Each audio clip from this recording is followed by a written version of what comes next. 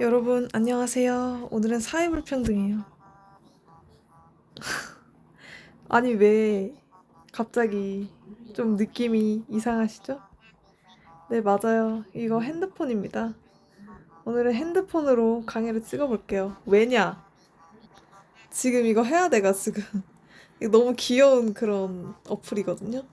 집중한 만큼 이제 친구들이랑 같이 집중할 수 있는 그런 어플이라서 너무 귀여워가지고 또 이렇게 하게 됐다. 그래서 태블릿 배터리가 없는 관계로 휴대폰으로 찍겠습니다.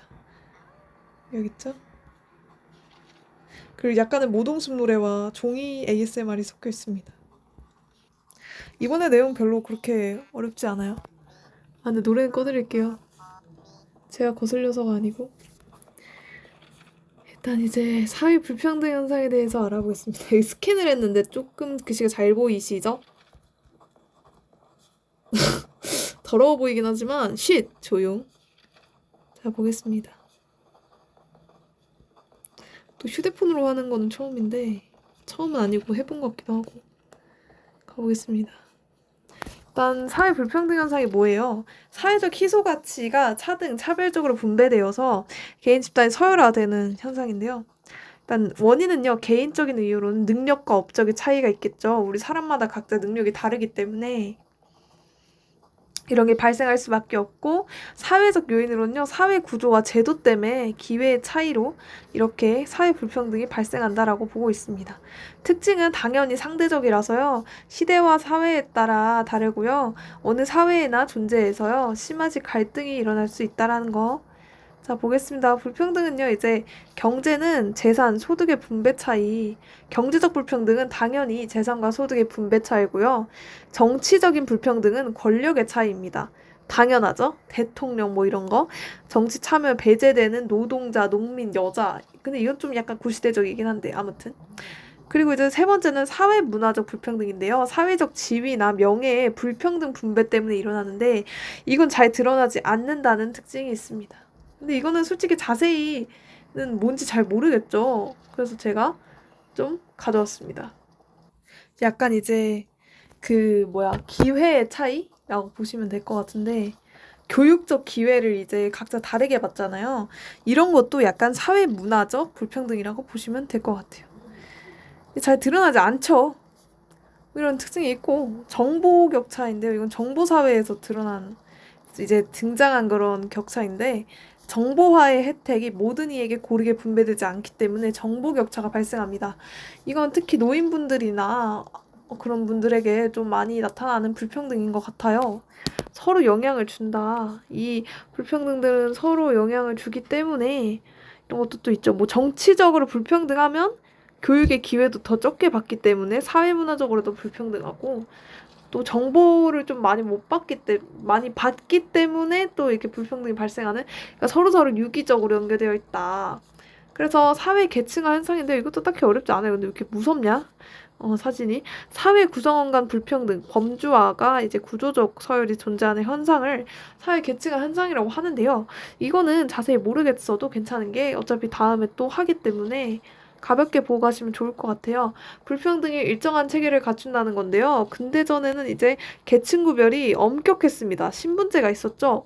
구제도, 뭐 카스트제, 우리 뭐 조선시대 신분제, 제도적 차별이 있었죠. 계층 지위 세습, 그러니까 계층이 계속 세습이 되는가, 계속 이어지는가, 맞죠? 귀속되어 있다라고 얘기하잖아요. 그 조선시대에 이제 엄마 아빠가 노비다. 그럼 나도 노비. 엄마 아빠 양반이다. 나도 양반. 근데 아마 제가 알기로 조선시대 때 엄마의 신분을 따라가는 걸로 알고 있는데, 엄마가 노비고 아빠가 양반이면 나는 노비, 이런 식으로 계속 이어진다는 거죠. 하지만 근대 후 최근에는 이런 구별이 모호해졌고요. 차별도 없습니다. 아니 뭐 우리 정치인이라고 좀 더 뭐 이렇게 차별받는다거나, 뭐 평민이라고 차별받는다거나, 직장인이라고 해서 차별받는다거나 그런 거 없잖아요. 같이 이제 동등하게 평등하게 구별이 되기 때문에, 구분이 안 되기 때문에 또 뭐 폐지가 되었고, 성취에 따라서 인생 역전, 말 그대로 인생 역전할 수 있습니다. 그래서 세습이 매우 적어요. 우리 이거는 뭐 가능성이 있긴 하죠. 이론적으로 우리 갑자기 여기서 국회의원 되고 싶다. 그럼 누구나 될 수 있고, 갑자기 대통령 되고 싶다. 누구나 될 수 있고, 대기업 CEO 되고 싶다. 누구나 될 수 있죠. 가능성은 열려 있다는 거. 자, 그래서 이제 여기 여러 가지 이론이 나오게 되는데요. 첫 번째는 마르크스의 계급론입니다.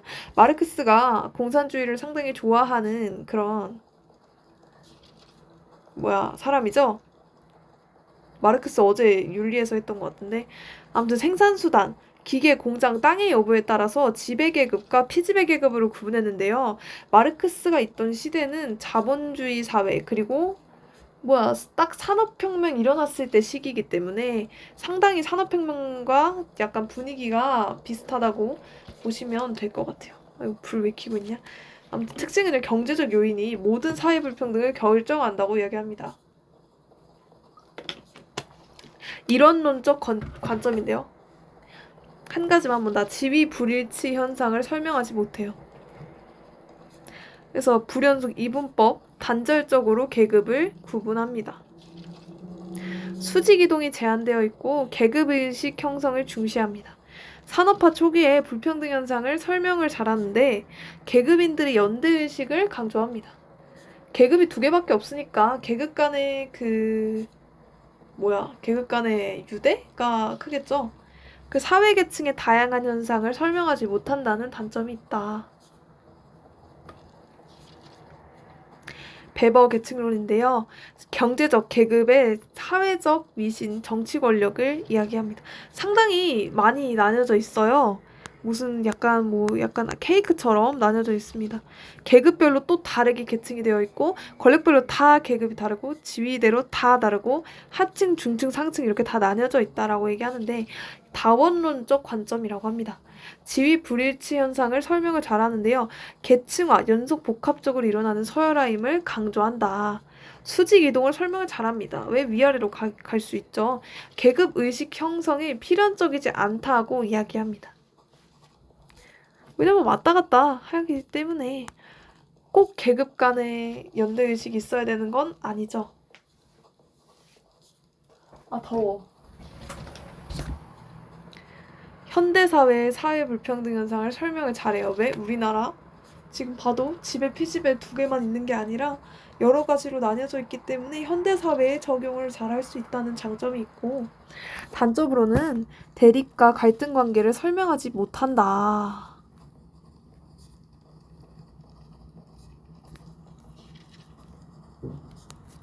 자, 기능론과 갈등론인데요. 너무 지겹게 맞아 슬슬 좀 질리는 그런 느낌입니다. 너무 못생겼다, 근데. 너무 심하다, 이거. 기능론과 갈등론인데, 기능론 뭐였어, 그때? 완전 제가 한 두 가지로 분류를 했는데요. 이제 기능론은 보수고, 갈등론은 진보다라고 얘기를 했습니다. 아마 정치를 조금 좋아하시는 분이라면 이게 한 번에 딱 와닿을 거예요. 읽어보면 사회 불평등은 보편적이고 필연적인 현상이라서 사회 유지 발전에 기여한다. 왜?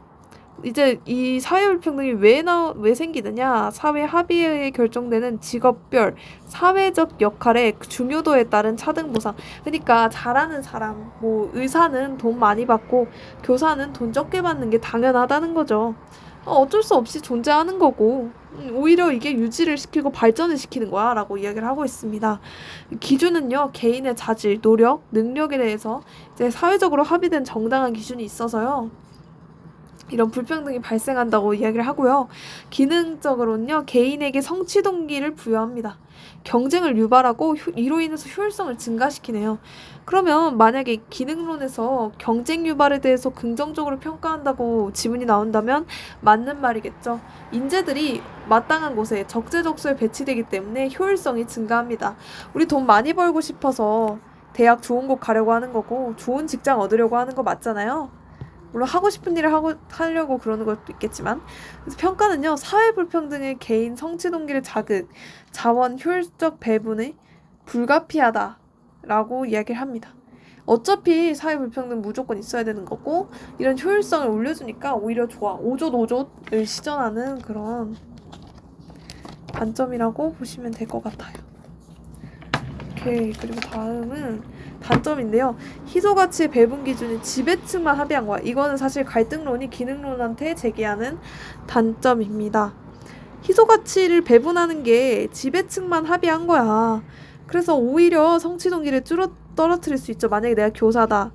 그럼 이제 지배층이 이제 합의한 그런 희소 가치 배분 기준에 따라서 난 일을 많이 해도 돈을 별로 받지 못한다는 거죠. 그럼 오히려 성취 동기가 떨어질 수가 있다는 거.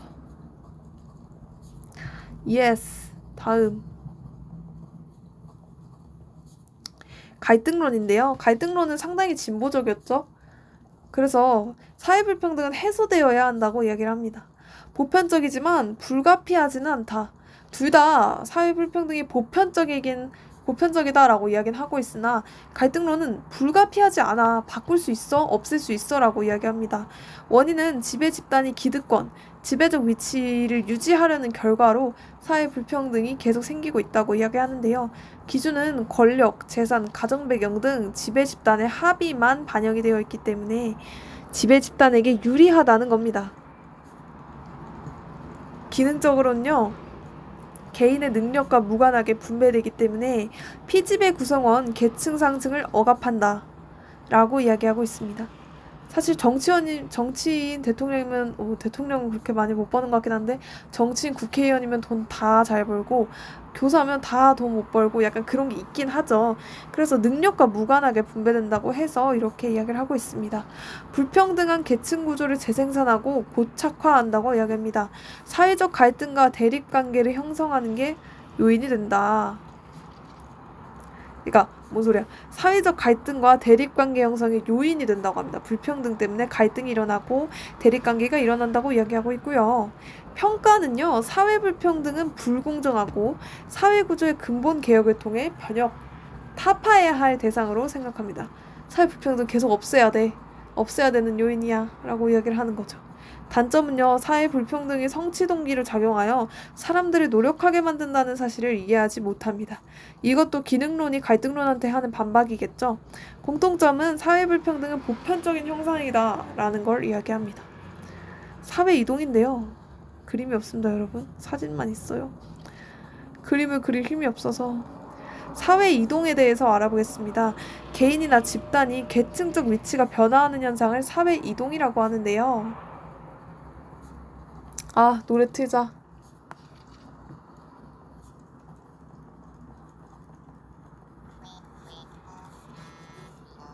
거의 안 들릴 것 같긴 한데. 수평이동은요. 수평이다라는 말이 많죠. 이렇게 되어 있는 걸 수평이라고 하는데요. 그러니까 계층 이동이 계층 내에서 계속 일어나는 거예요. 난 팀만 바뀌어. 위치는 바뀌지 않아. 그런 느낌이죠. 그래서 재무계획팀에서 홍보팀으로 바뀐다거나 약간 그런 느낌? 편집자에서 스크립터로 바뀐다거나 편집자에서 녹화 찍는 사람으로 변한다거나 그렇게 위치만 바뀌고 딱히 막 돈을 더 잘 번다거나 그런 식으로 뭐 지위가 올라가고 그런 건 아니죠. 수직이동은요. 상승이동과 하강이동이 있는데요. 올라가는 거 내려가는 거 이거 뭐 설명할 것도 없는데 노래를 트니까 또 별로냐. 네, 상승이동은요. 교사에서 사장이 되는 응? 뭔가 이상한데? 교사에서 사장이 된다고? 교사에서 약간 교장이 되는 그런 느낌? 하강이동은 사업가에서 백수가 되는 거 이런 거를 이제 이야기를 하고요. 그러니까 말 그대로 떨어지는 거랑 올라가는 거를 이제 수직이동이라고 합니다. 너무 쉬워서 제가 뭐 할 말이 없는데요. 자, 다음 보겠습니다. 세대 범위에 따라서 달라지는 건데요. 자, 세대 범위가 달라짐에 따라서 또 이렇게 구별을 할 수가 있어요. 첫 번째 세대 내의 이동인데 이것 좀 어려울 수 있으니까 집중해서 들으셔야 된다. 한 개인의 생애 동안의 계층 위치 변화를 세대 내의 이동이라고 하는데요. 세대 간 이동은 두 세대 이상 걸쳐서 일어나는 변화를 이야기합니다. 주로 부모와 자녀의 계층 위치를 비교하며 파악을 하는 건데요. 가난한 농부의 아들로 태어난 길동은 모시기 해서 대기업 CEO가 됐다. 아이고 우리 길동이가 상당히 인생 역전을 했네요. 그러니까 이렇게 약간 안 좋은 건 아니고 뭐 약간의 신분이나 지위가 이어져 왔는데 그게 바뀌었어요. 엄마가 농부라서 태어난 아들도 농부였는데 뭔가를 해서 이제 인생 역전했다. 그러면 세대 간 이동이라고 하고요. 세대 내 이동은요, 그냥 한 개인의 생애 동안의 계층 위치 변화를 이야기합니다. 그래서 사회 계층 구조 유형을 볼 건데요. 한 사회에서 희소자원, 불평등 분배, 그리고 그것이 일정한 형태로 고정된 구조를 사회 계층 구조라고 이야기합니다. 특징은요, 구속성과 지속성이 있는데요. 구속할게, 널 구속하겠어 라고 하잖아요. 그러니까 사회 구성원들에게 영향을 주는 걸 구속성이라고 합니다. 그래서 사실 저도 이것도 좀 이해가 안 되는데, 구속성이라면 뭔가 가둬야 될 것 같아. 가둬둔다고 얘기해도 될 것 같긴 해요. 다음은 지속성인데요. 오랜 기간 유지된다. 그래서 이동 가능성에 따라서 두 가지로 나눌 수가 있습니다. 지금 사진을 보시면요. 아까 얘기했던 수평 이동이 계속 일어나고 있어요. 같은 층에서만 머물고 있죠.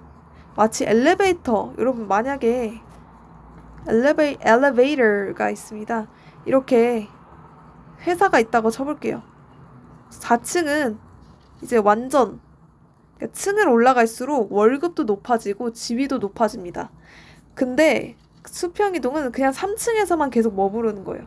만약에 내가 3층에 있다 그러면 3층에 있는 부서에서 계속 도는 겁니다. 월급은 오르지 않고 지위는 오르지 않는데 하는 일만 바뀌는 거고요. 수평 이동이라 함은 뭔 소리야, 수직 이동이라 함은 내려가거나 올라가는 걸 이야기합니다. 내가 뭐 실수를 해서 2층으로 내려갔어. 2층 부서로 내려가서 이제 월급 좀 덜 받고 뭐 지위도 좀 낮아지고 하고 4층으로 올라갔어. 그럼 완전 인생 역전, 돈 겁나 많이 벌고 뭐 막 명령 내리고 그런 식으로 이렇게 엘리베이터처럼 왔다 갔다 해가지고 이해하시면 될 것 같아요. 그래서 계층 구조가 같은 층 내에서 계속 머문다 라고 해가지고 폐쇄적이라고 하는데요. 폐쇄형 계층 구조라고 합니다. 상승 하강 이동이 제한돼 있어요. 계속 같은 층을 머물러야 합니다. 귀속지위, 정근대 사회, 예전에 많았죠. 왜 신분제가 있었기 때문에 능력, 노력에 의한 계층 이동이 불가능했습니다. 역동성이 낮아요. 역동적이다 하면 되게 많이 움직이는 그런 느낌이잖아요. 그게 없다, 적다라고 해서 수평 이동만 가능합니다. 개방적 계층 구조인데요. 위아래로 이동이 가능합니다. 수직 이동, 수평 이동이 둘 다 가능하고 성취도에 따라서 지위가 변화한다. 근대 이후 사회, 현재 약간 현대사회 느낌이고요. 능력, 노력에 의한 계층 이동이 가능해서 역동성이 있다고 이야기합니다. 다음은 구성 비율인데요. 구성을 하는 구성원의 비율에 따라서 두 가지로 나뉘게 됩니다. 첫 번째는 피라미드형 구조인데요. 이거 구제도의 모순과 카스트제 신분제에서 많이 봤을 거예요. 신분제 기반 사회이고 소수의 상층이 희소자원을 독점하고 갈등이 높아집니다. 계속 먹는 놈들만 먹고 못 먹는 애들은 계속 못 먹는 거죠. 조선시대를 예시로 들 수 있고요. 이건 다이아몬드형 구조인데요. 중층이 가장 많습니다. 상당히 안정적인 구조예요. 현대사회에 복지제도가 많이 발달했고 현대사회에서 많이 볼 수 있죠. 그래서 우리 기초 기억이 안 나는데 아무튼 우리나라는 일정한 연봉을 벌지 못하는 사람들에게 따로 추가적으로 더 지원을 해주고 있습니다. 그래서 복지제도도 발달을 했다. 중층이 완충제의 역할을 하기 때문에 이게 가장 좋은 구조라고 얘기할 수 있겠죠. 마지막으로 정보화, 세계화에 따른 계층 구조인데요. 첫 번째는 타원형입니다. 타원형은요, 상당히 뭔가 라면 먹고 일어난 다음날 제 얼굴처럼 생겼는데요. 계층 간 소득 격차가 적어지고 중증 인구가 엄청나게 많습니다. 중증 인구가 많을수록 사실 좋다고 볼 수 있어요. 안정화가 되기 때문에. 그런데 이거는요, 낙관적으로 정보화, 세계화에 따른 계층 구조를 이야기하고 있는 겁니다. 그러니까 정보화랑 세계화가 일어나면서 중층 구조가 많아지고 있어서 소득 분배의 형평성이 올라가고 있어. 사회통합과 안정에 유리할 거야 라고 이야기하고 있고요. 버트, 모래시계형은요, 뭐야 이거 완전 꿈의 몸매네. 아무튼 이렇게 상층과 중층이 적고요. 하층이 엄청나게 많아요. 일단 좋은 구조는 아닌 것 같아요. 중층 비율이 가장 적고 소수가 상층, 다수가 하층인데요. 양극화라고 하죠. 빈부격차 강해지고 가진 놈들만 가지고 못 가진 놈들은 못 가지는 이런 구조를 양극화되었다라고 얘기하는데 비관적입니다. 비관적으로 정보화와 세계화를 보고 있어요. 정보 격차와 부의 집중 때문에 소득 분배의 불평등이 심화될 것이다 라고 이야기하고 있습니다. 사회 양극화로 사회 혼란이 갈등이 증가할 것이다 라고 이야기하고 있네요. 자, 오늘 이렇게 사회와 문화 마지막 파트까지 달려봤습니다. 다음에는 세계사 마지막 편은 아니고 제 1차 세계대전에 대한 영상을 올리도록 하겠습니다, 여러분. 3은 너무 수고하셨고요. 다들 공부 화이팅입니다. 안녕.